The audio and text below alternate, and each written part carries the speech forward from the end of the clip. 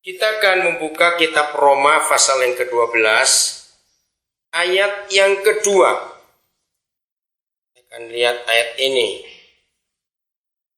Janganlah kamu menjadi serupa dengan dunia ini, tetapi berubahlah oleh pembaruan budimu, sehingga kamu dapat membedakan manakah kehendak Tuhan, apakah yang baik, yang berkenan kepada Tuhan dan yang sempurna.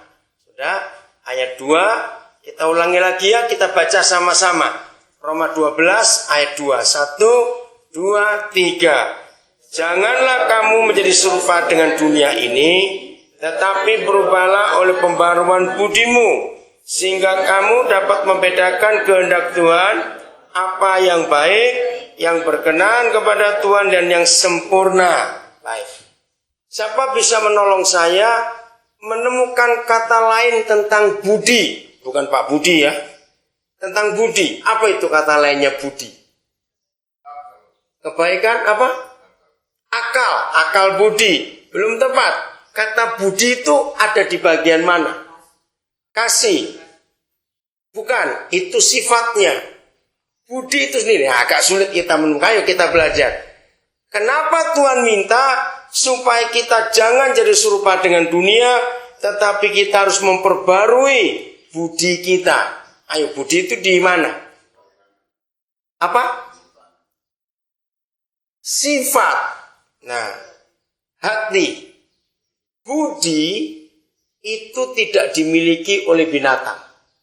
Budi itu hanya ada pada manusia. Akal budi itu bukan cuma kepandaian. Ya, binatang tidak punya akal budi. Binatang itu pintar. Mereka pintar luar biasa. Coba lihat burung-burung itu. Mereka bisa buat sarang, tidak pernah sekolah. Ayo, kita bisa nggak buat sarang burung? Pernah coba tangan kita diikat dua, terus pakai mulut kita cari rumput, kita buat sarang burung, bisa tidak? Tidak bisa. Burung itu pintar, tapi nggak punya akal budi. Kita lihat ikan, hebat, di lautan luas. Mereka bisa survive, bisa selamat. Waktu mereka telurnya netas, anaknya kecil-kecil, gampang sih dimakan yang lain. Luar biasa. Tapi mereka tidak punya akal budi. Mereka pandai. Sifat, betul. Kasih, itu salah satu isi dari yang namanya budi itu. Nah, sebetulnya budi itu adalah kepribadian kita. Maka itu binatang tidak punya budi. Kalau kita ketemu anjing, ya semuanya sama begitu. Kita melihat kuda, ya semuanya sama. Kita nggak bisa berkata, oh kuda ini budinya baik, yang ini jelek. Tidak bisa. Semuanya sama. Kita lihat burung, ya begitu, sama semuanya. Tapi manusia, kita orang-orang Papua saja, yang satu suku aja sebut. Orang Biak misalnya, orang Me misalnya. Satu suku, beda-beda tidak? Beda-beda tidak? Orang Jawa beda-beda. Nah, itu namanya kepribadian, itu namanya budi. Binatang tidak punya itu. Nah, sebetulnya di masalah pribadi ini, yang disebut budi, dalam bahasa sehari-hari itu, terletak. Manusia itu mau jadi baik atau mau jadi buruk. Binatang tidak bisa terpengaruh. Misalnya, kita ketemu seekor kucing, kasih duit. Dia ngerti tidak? Nggak ngerti. Betul? Kita ketemu seekor kucing, kita kasih apa? Dia tidak tahu itu bukan makanannya. Kasih ikan, langsung dimakan dia. Nah, binatang tidak punya budi itu. Secara logika, ya ini kalau saya mikir, lebih baik kita seperti binatang. Binatang nggak pernah punya masalah, maka itu mereka nggak punya dompet. Selama kita masih punya dompet, kita masih punya masalah. Betul tidak? Kenapa di dompet ada masalah? Ada duit, ada uang di situ. Kenapa waktu Tuhan Yesus berkata, belajarlah dari burung-burung. Mereka tidak punya ladang, tidak pernah menuai, tidak pernah punya lumbung. Tapi mereka bagaimana? Lihat ini pagi-pagi berkicau. Nyanyi terus. Kalau saya pakai bahasa sekarang, lihat itu burung-burung. Tidak punya ATM, tapi sukacita terus. budi ini yang dimiliki manusia, sebetulnya ini sumbernya masalah. Betul tidak? Maka itu binatang tidak pernah punya masalah. Karena budi mereka tidak ada, pribadi mereka tidak ada. Maka itu karena nggak punya kepribadian, binatang tidak perlu KTP. Kenapa kita perlu KTP? Ayo, siapa bisa jawab? Kenapa kita perlu KTP? Kenapa perlu kartu identitas? Ayo mikir sekarang, kenapa?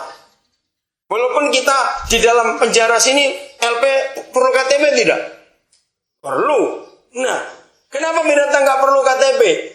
Karena tidak punya budi, nggak punya identitas. Ayo, kalau yang ada bulunya misalnya anjing, kucing, itu masih kita bisa bedakan. Yang mana? Kalau burung, kita bisa bedakan. Tadi yang ketemu pertama yang mana tadinya? Sama semua mereka. Kalau kita bisa dibedakan. Nah, jadi budi ini yang menyebabkan kita baik maupun buruk. Kenapa kita ada di sini? Karena kita membawa budi kita ke arah yang salah. Ada sebuah dorongan dalam hidup ini yang membuat pribadi kita mengambil keputusan yang salah. Nah, di sini kita menemukan lagi, binatang tidak pernah punya 2, 3, 10, 100 keputusan. Binatang hanya punya satu keputusan. Malam tidur, pagi bangun, cari makan, kenyang, tidur lagi, lapar, bangun lagi, cuma itu. Binatang nggak pernah mikir belanja, bayar kredit, nggak perlu mikir itu, karena tidak punya budi. Maka itu saya katakan secara logika lebih enak jadi mereka. Betul tidak? Sesalah-salahnya mereka. Nggak ada orang penjarakan binatang. Siapa ngadili mereka? Betul tidak? Kucing bisa salah, bisa curi ikan. Anjing bisa salah juga. Tapi siapa penjarakan mereka? Siapa ngadili mereka? Tidak ada. Karena mereka tidak punya budi. Kenapa? Iya.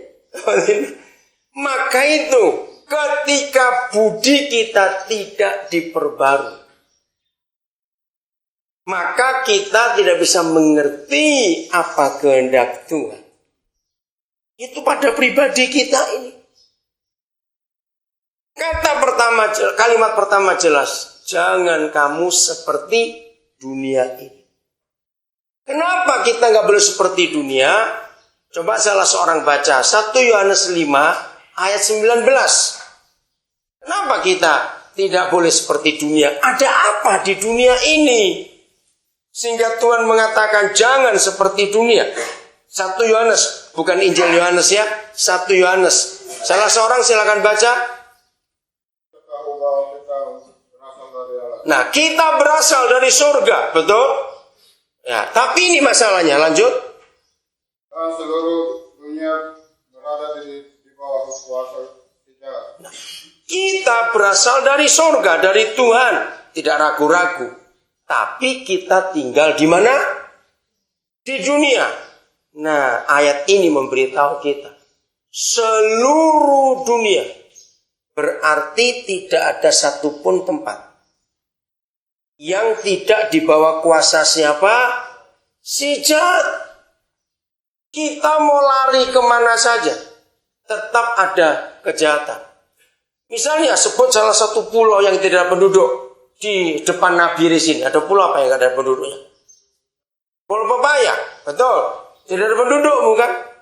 Ayo, jujur. Kalau kita seorang saja lari ke Pulau Pepaya dan tidak ada orang lain di situ, kita bisa buat jahat tidak, walaupun sendiri. Bisa. Walaupun tidak ada orang lain sendiri, kita bisa buat jahat. Betul tidak? Kenapa? Karena pilihan kita dalam hidup ini. Kalau binatang tidak, mau di tempat yang di mana saja, binatang ya binatang. Karena mereka tidak punya pilihan, mereka tidak punya keputusan. Nah, dua hal ini, pilihan dan apa satu? Keputusan yang menentukan kita akan kemana.